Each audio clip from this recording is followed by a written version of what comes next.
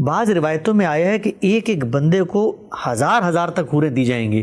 تو وہ جو مولانا مودودی کا آپ نے نقطہ نظر بتایا اس کی تائید کی تو سمجھ میں آتا ہے اگر دو بیویاں ہیں تو دنیا کی بچیاں ہی ہیں ان کو حور بنا دیا, یہ ہزار اللہ میاں کہاں سے دیں گے؟ مجھے یہ بتائیے کہ ہم نے امام رازی کو دیکھا, ہم نے ابن کثیر کو دیکھا, ابن جریر کو دیکھا, یہ حضرات اس طرح کی روایات کیوں نقل نہیں کرتے؟ یعنی جو روایات وہ تفصیلی روایات کے طور پر نقل کرتے ہیں ان میں بھی ان کو نقل کرنا انہوں نے پسند نہیں کیا. اس طرح کی چیزیں در حقیقت قصوں کی کتابوں میں لکھی ہوئی ہوتی ہیں. اچھا, یہ روایت اس وقت میرے سامنے ہے اور یہ دیکھیے کہ اس کے اوپر ہمارے محدثین نے کیا تبصرہ کیا ہے. اس میں جو ایک راوی ہیں داؤد کے نام سے, ان کے بارے میں یہ کہا ہے وہ ہوا وزا. یہ صاحب کون ہے؟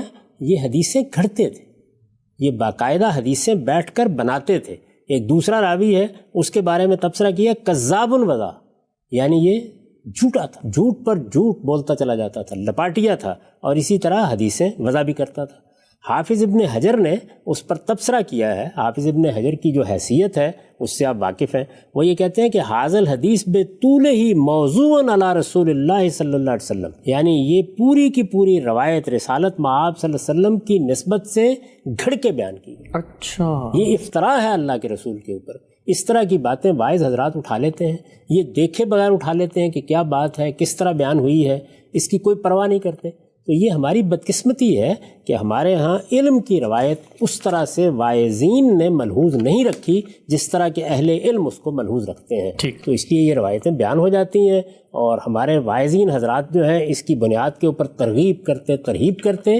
دیکھنا چاہیے کہ ان کے بارے میں محدثین کیا کہہ رہے ہیں, ان کے راویوں کا کیا حال ہے, ان کو کسی نے قبول بھی کیا یا نہیں کیا. ان میں سے کیا کسی روایت کو آپ مجھے دکھا سکتے ہیں کہ امام بخاری نے لیا ہو, امام مسلم نے لیا ہو, سیاہ کی کتابوں میں سے کسی نے لیا ہو, اول درجے دوسرے درجے تیسرے درجے کی کتابوں میں کسی نے لیا ہو؟ یہ عام طور پر ان کتابوں میں آپ کو ملتی ہیں جن میں سب رتب و یابس لوگوں نے جمع کر دیا ہو. ٹھیک ہے, ہم سب یہ روایت تو واضح ہوئی. دو روایتیں اور ہیں میرے سامنے, اس میں بھی رسالت مآب صلی اللہ علیہ وسلم کی نسبت سے یہ بات نقل ہوئی ہے کہ خلق اللہ الحور العین من الزعفران, زعفران سے بنائی جائیں گی. تو وہ جو آپ بات فرما رہے تھے کہ قرآن میں صراحت نہیں, حدیث میں صراحت نہیں ہے, تو کہہ دیا کہ بنائی زعفران سے جائیں گی. اس روایت کی وہی حیثیت ہے. آپ یہ دیکھیے کہ اس کے بارے میں کیا کہتے ہیں, اسناد شدید الذوق فیہ علی بن یزید الالحانی, یعنی اس میں راوی کا نام لے کے یہ کہتے ہیں کہ یہ علی بن یزید کی روایت ہے, ہوا منکر الحدیث. یہ ایک سخت ترین تبصرہ ہے جو کسی راوی پر کیا جا سکتا ہے, اور مزید بیان کرتے ہیں کہ اس میں انتہا درجے کا ذوف ہے.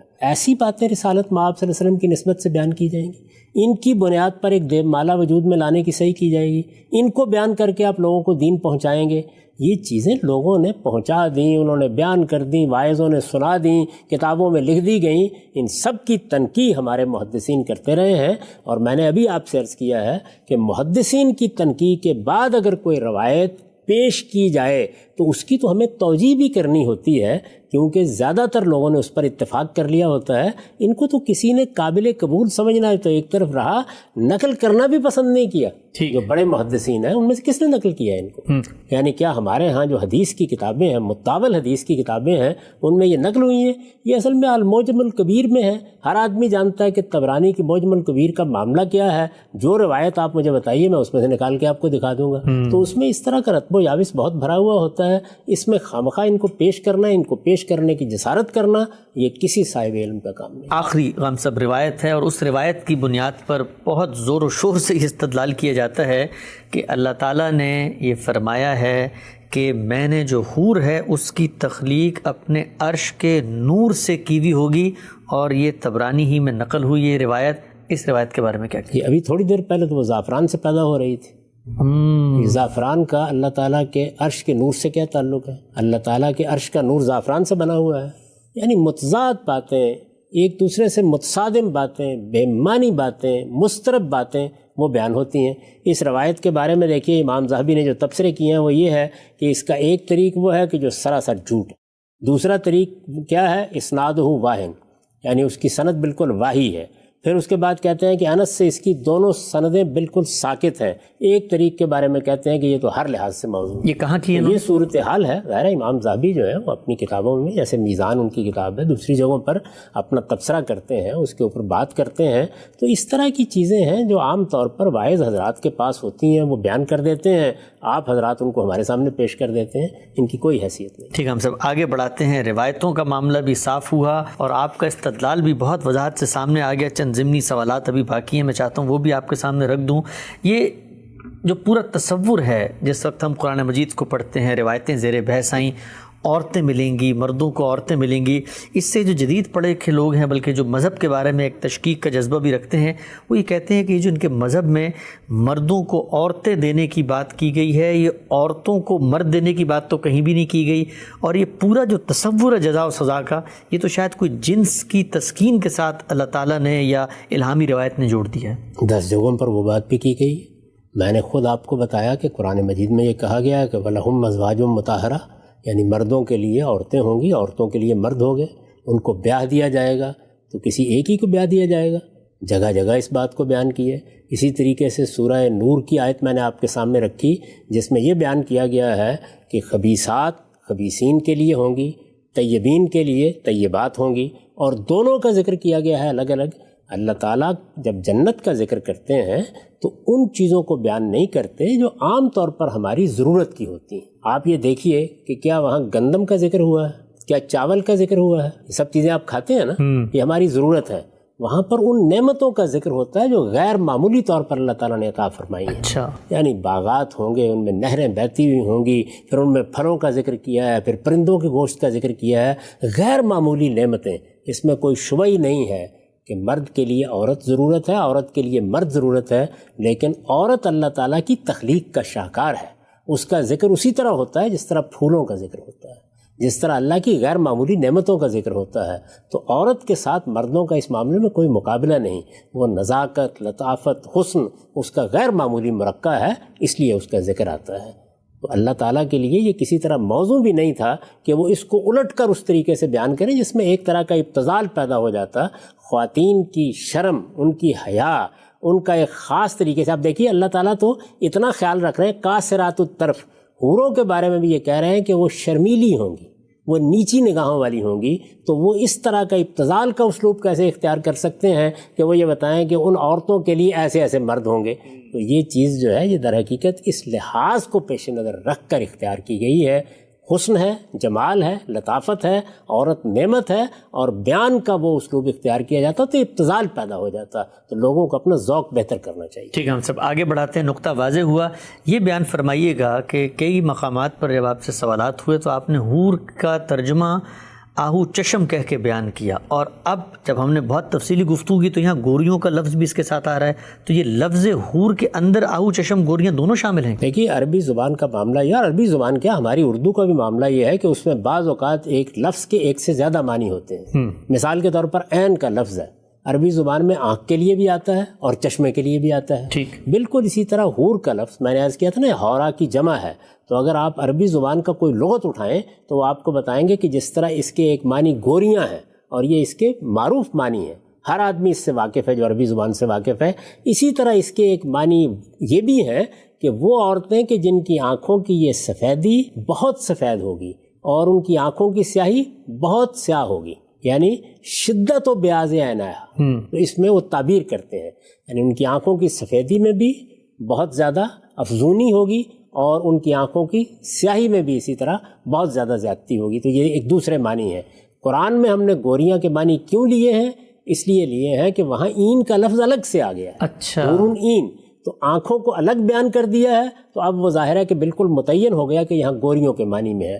تو کسی نے اس کے معنی پوچھے ہوں گے تو میں نے یہ معنی ضرور بیان کیے ہوں گے. یہ معنی بھی اس کے طے ہیں، ثابت شدہ ہیں، عربی زبان میں موجود ہیں، لیکن قرآن مجید میں یہ مراد نہیں لیے جا سکتے، اس لیے کہ آگے اللہ تعالیٰ نے وضاحت کر دی. ہم سب کچھ اور ضمنی سوالات. یہ جو گوری کا آپ نے ذکر کیا، ایک تصور ذہن میں یہ بھی آتا ہے کہ اللہ کی کتاب کو پڑھیں یا رسالت محمد صلی اللہ علیہ وسلم کے ارشادات کا مطالعہ کریں، ہر جگہ پہ یہ رنگ کی بنیاد پہ تقسیم جو ہے اس کی نفی ہوتی ہے، کالے کو گورے پہ کوئی برتری فضیلت نہیں۔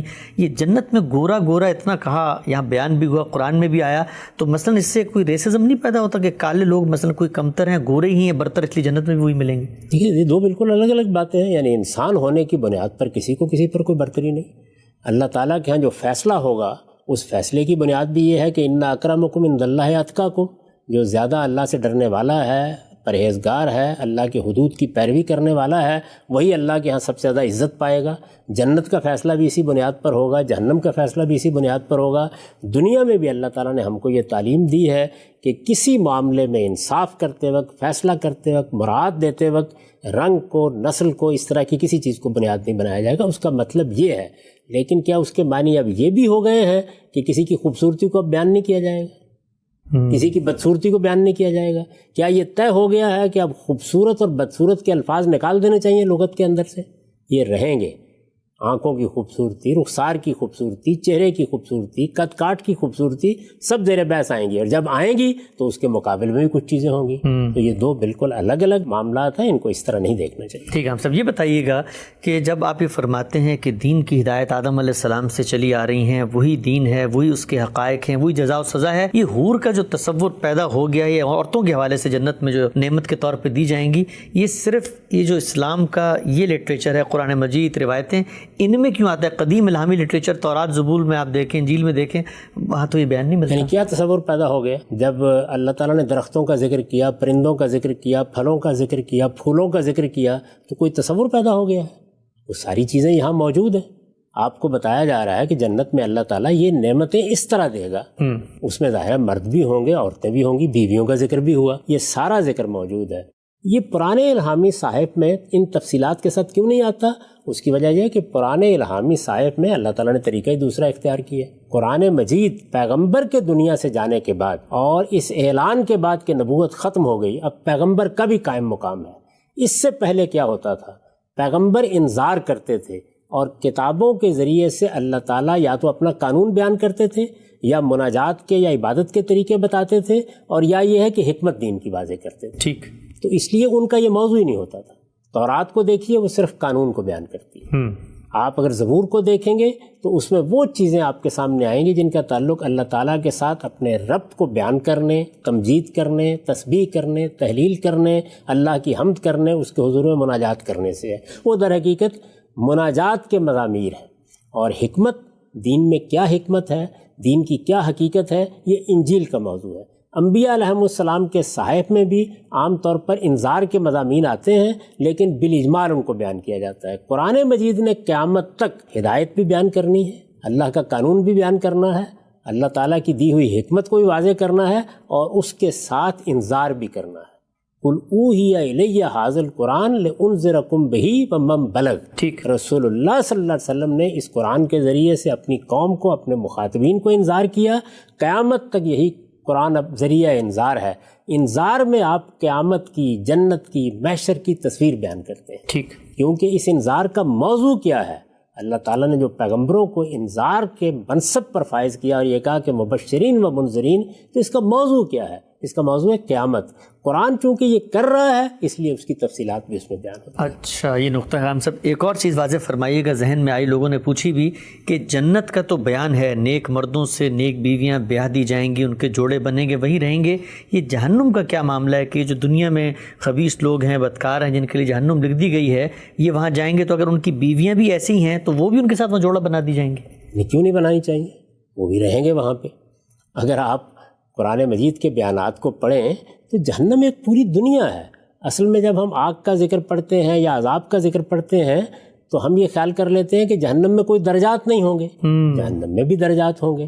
وہ لوگ جن کو آگ کی سزا دی گئی ہے، ان کے بارے میں قرآن صراحت کرتا ہے کہ یہ وہ لوگ ہیں جن پر پیغمبروں نے اتمام حجت کیا، جنہوں نے اللہ تعالیٰ کے مقابلے میں سرکشی اختیار کر لی، آخری درجے میں سرتابی کر کے کھڑے ہو گئے، یہ سزا ان کی ہے۔ باقی جہنم میں ہر طرح کے طبقات ہوں گے، وہ بھی ایک پوری دنیا ہوگی، اس میں بھی لوگ رہیں گے، اس میں بھی گھر بنیں گے، اس میں بھی کھانا ہوگا، اس میں بھی پینا ہوگا، تو وہ ساری دنیا ہے جس کی نقشہ قرآن مجید ہمارے سامنے رکھتا ہے۔ ہم سب بہت تفصیل سے گزشتہ 5 گھنٹوں میں کم و بیش ہم نے آپ سے وہ سارے اعتراضات، وہ سارے اشکالات جو آپ کے بیان کردہ بعض حور کے تصورات پر پیدا ہوتے تھے، آپ کے سامنے رکھے۔ پوری علم کی تاریخ، ماضی کی روایت، احادیث کا ذخیرہ، قرآن کی آیات، لفظ کی تحلیل، ایک ایک چیز زیر بحث ہے۔ گفتگو کا خاتمہ ہو رہا ہے۔